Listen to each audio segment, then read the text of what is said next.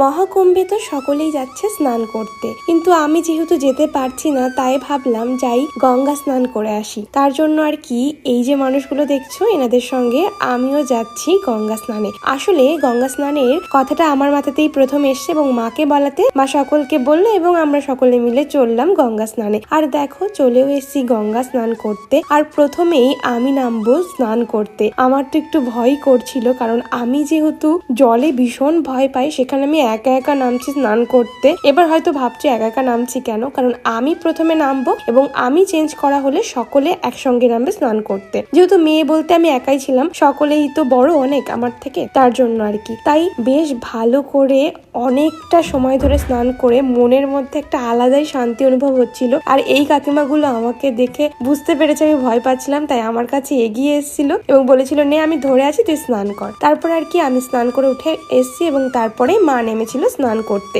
এবং সকলেই নেমেছিল স্নান করতে, যারা যারা আমরা একসঙ্গে গেছিলাম। আর মা 2 ঢপ ভর্তি গঙ্গা জল নিয়ে এসছে। আর দেখো এই মামা পড়েছে একটা কাকিমার চটি, কারণ উনি জুতো পরে এসছে আর পায়ে যেহেতু নোংরা লেগে যাবে জুতোটা পরতে হবে, তাই এই চটিটা পরে পা ধুয়েছে। তো দেখে তো সবাই আমরা খুব হাসাহাসি করছিলাম। এই মামার গাড়িতে করেই আমরা এসেছি। তারপরে গঙ্গা স্নান সেরে আমরা চলে গেছিলাম মন্দিরে প্রণাম করতে। এখানে অনেক কয়েকটা মন্দির আছে ঘাটের পাশে, তো সেখানে ভোলেনাথের দর্শন করে মায়ের দর্শন করে এই ভোলেনাথের মূর্তিটা আমার ভীষণ ভালো লাগে। জায়গাটা না ভীষণ সুন্দর, যদিও এখানে গঙ্গা স্নানের জন্য রোজই প্রায় ভিড় থাকে বলতে গেলে। তো এখানে নতুনও একটা মন্দির হয়েছে, সেখানেও ভোলেনাথ আছে। সেই ভোলেনাথের দর্শন করে আমরা বাড়ির পথে যেই না রওনা হব, দেখি একটা জাহাজ যাচ্ছে। আমি তো দেখে ভীষণ এক্সাইটেড হয়ে গেছিলাম, যেটা জাহাজ প্রথমবার দেখলাম, কিন্তু সকলে বললো এটা জাহাজ না, এটা নাকি লঞ্চই। এবার আমি জানি না, আমার তো ভীষণ ভালো লেগেছে দেখে। তো তারপরে সেখান থেকে বেরিয়ে আমরা যাওয়ার পথে চওড়া কালীবাড়ি ঠাকুরের দর্শন করে বাড়ির পথে রওনা হলাম। তো আজকের মতো ভিডিওটা এই অবধি, দেখা হচ্ছে নেক্সট ভিডিওতে। আর কমেন্টে হর হর মহাদেব লিখতে ভুলো না। টাটা।